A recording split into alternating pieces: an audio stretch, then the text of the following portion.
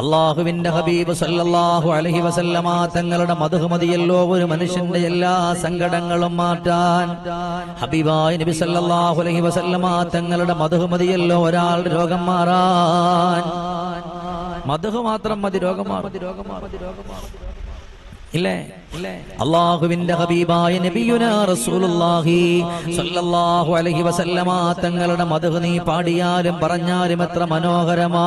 തിങ്കളെ ഞാൻ കണ്ടതില്ല, തങ്കമുഖമാൽ വന്നതില്ല, തങ്ങളെ ഞാൻ എന്നു കാണും കാലമറിയില്ല, എന്റെ നോവ തീരാൻ മദ്ഹ് മാത്രം വേറെ ശിഫയില്ല.